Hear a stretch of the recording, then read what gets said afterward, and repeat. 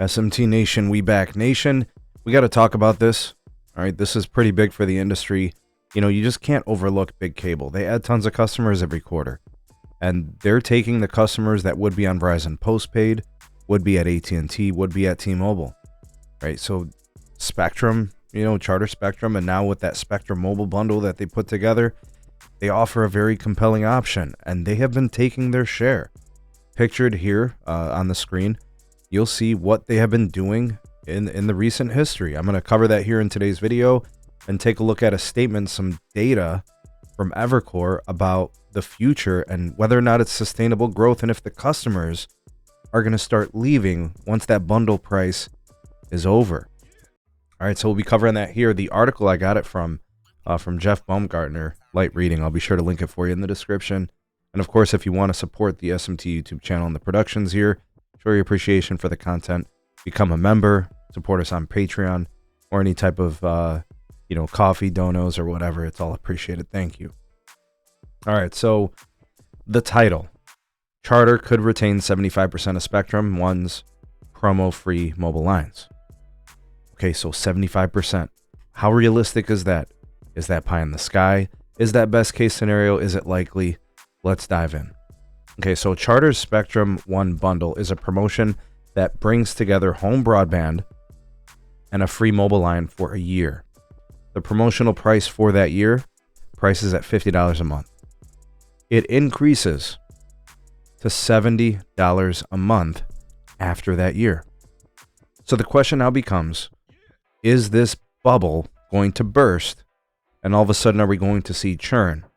Are those customers going to shop around and leave Spectrum over that price increase? We know how they do things, right? We know how big cable works. Get you in on a promotional rate, balloon pricing after the term. Customers can stay. They'll have that new price, or they can go and shop for something else. Now, here's the thing. When I look at the growth of Spectrum with respect to mobile lines, they add a ton of lines. Pictured here, you guys will see before the Spectrum One bundle, they were still adding a lot of customers. 373,000 on average, right, in the year before the Spectrum One bundle's existence. They start doing the Spectrum One bundle, that average basically doubles. Almost. I'd say what going from 373 to 637,000, right? That's a very, very healthy number.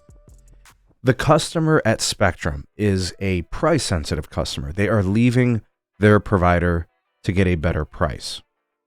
And it just so happens they've got a single line. That's where the difference is, folks. A single line at Verizon, a single line at AT&T and T-Mobile is expensive. I don't know, single line maybe with T-Mobile Essentials comes in at like $50, $60 with some kind of 55 plus discount or something. I don't know. Standard, what is it, $65, $70 these days?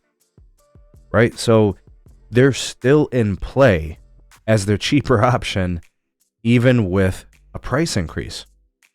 The only way a customer is going to save money is, actually, I can't think of one. It's still going to be the cheaper option. The Spectrum One bundle, pricing in both at $70, Verizon can't beat that.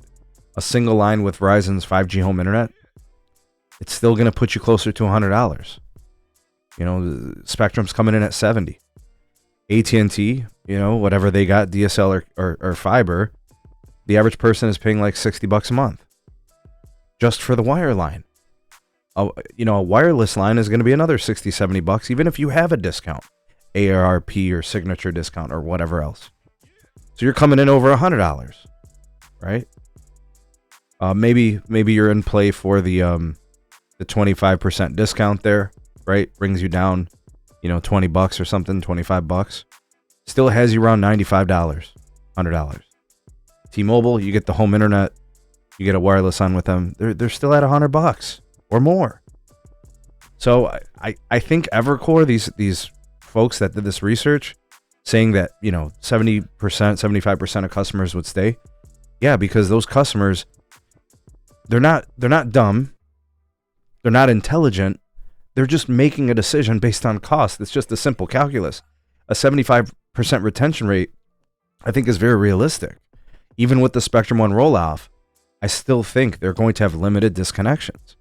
Maybe some of those folks shop around, maybe they leave, and maybe they're able to obtain like a prepaid deal that's really cheap. Maybe they explore our partner, Mint Mobile, partner link in the description.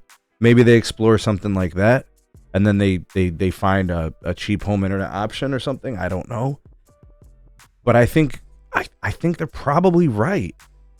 They're still going to be cheaper than the big three 90% of the time under most scenarios. I think their churn rate's going to be relatively muted. I don't think it's going to be that bad. And who knows? Maybe they come in, those customers come back after a while. They're like, maybe I should have just stayed. And then they go back. But I will tell you, there will be a little bit of churn. That's going to happen. But the growth with Spectrum One is going to far exceed any type of churn. I think Spectrum Mobile is going to be safe, even when they do their price bump. I really do. The folks, especially the Verizon CFO who said, what is his name? Tony Skiatis or whatever. He said that we'll see what happens after a year. They're going to churn. No, they're not. They're not going to churn. You guys are still too expensive, to compete with the, with lines of service they're basically been given away for free for a year. And then even now, when we could talk about the ARPU play for Spectrum, now they're going to make a little bit of money, right? You add $20 to that. Now they can start making money on a mobile line. It'd be nice for them to make $10-15 on a mobile line. Stop giving away free service. This was their play, the long play. Keep the customer long term, and that customer will be more profitable. They're good not keeping a customer that's unwilling to stay. How long can you give a customer free service, right? You're paying Verizon to use their network, basically. What do you guys think? 75% retention rate. You guys think that's realistic? Do you think it's going to be lower, higher? What are the implications with respect to which carrier could potentially get those customers? I personally think most of those customers are probably going to be, going to prepaid, in my estimation, or an MVNO of some sort. I'd say more than 50% of those that churn. I think the other 50%, a nice sized chunk, is probably going to be going to T-Mobile and, possibly AT&T. I think those folks left Verizon for a reason, and they ain't trying to go back. Unless they can offer them a substantially better deal. It's got to be really good. And of course, Verizon, they don't really advertise the consumer segment. As sad as it is, they really don't. And don't fall for the lip service that Verizon is trying to fix their consumer, attractiveness and aggressiveness and all. They're not. That's bullshit. They don't care. They'd rather all these people stay on big cable and they can make some money, find a way to make more money off of big cable, like raise their wholesale rates or something. They'd rather do that. That's how Verizon rolls under Hans. That's their process, right? And I don't know. That's my take. What do you guys think? Sound off in the comment section below. You're the voice of the people, the SMT Nation. Let your voice be heard.